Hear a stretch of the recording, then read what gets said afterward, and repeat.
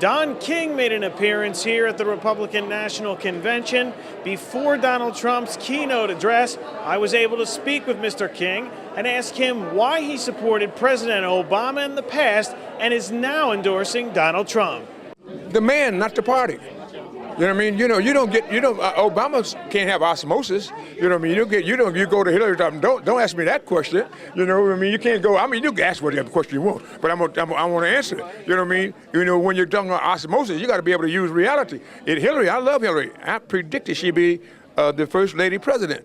And if you're going to deal with a corrupt system, nobody's better than Hillary, because she's been dealing with that corruption for 30 years, and she knows the ins and outs of corruption. You know what I mean? Trump says we will create a whole new system. That means everybody, be a part of it. We would tear this system apart. These are his words.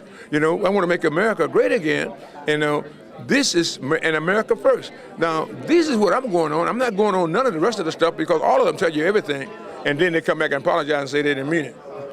Well, make America great again. The slogan, what is again for you? What time do you think the U.S. should go back to? That was great. It should go back to when it began.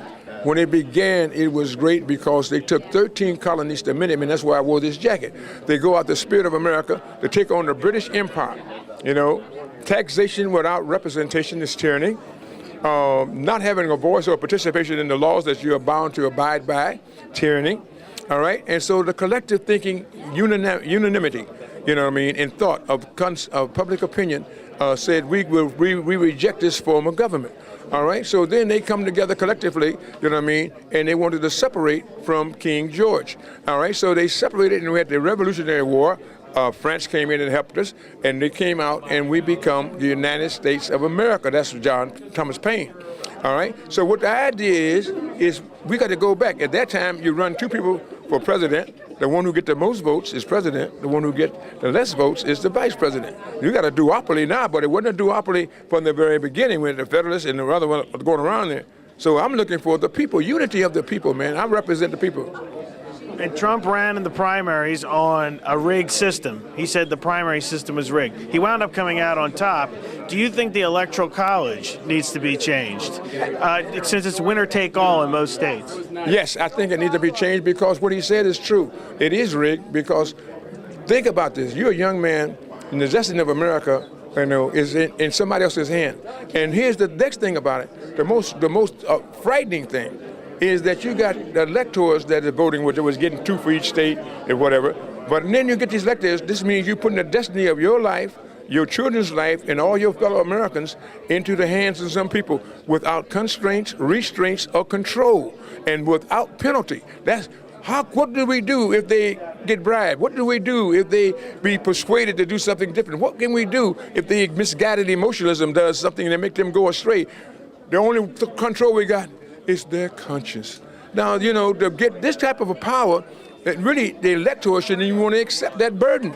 That's a mighty, mighty hard burden to accept, and then be, guess like you're going to do it. It's got to be changed. There's got to be some kind of a control mechanism that will be able to do something in some kind of regard that the people would elect to be able to do this. What it is, I know not. But what it is got to be, we know that you ain't supposed to put your hands in there, unbridled temerity and unbridled passion and emotion, that they can decide. You think you voting and making the president. You ain't voting. You voting and hoping that the electors will go, because they don't even, the unbound electors don't even have to give in to whatever the state of the commitment is to the voluntary vote. I mean, come on. You know what I mean? He's right. He's rigged. And who else would say that? And who else would bring that to the light for us to learn?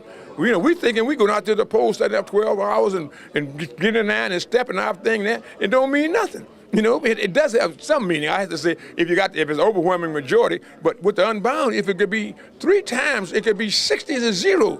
You know what I mean? And you still have to vote for it.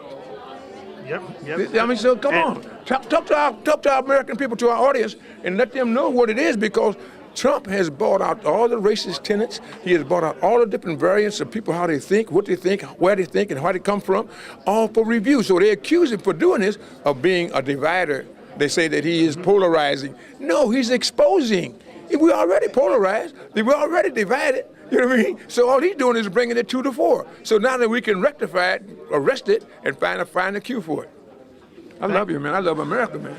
The 2016 Republican National Convention here in Cleveland, Ohio, has officially adjourned with the Republican nominee, Donald Trump.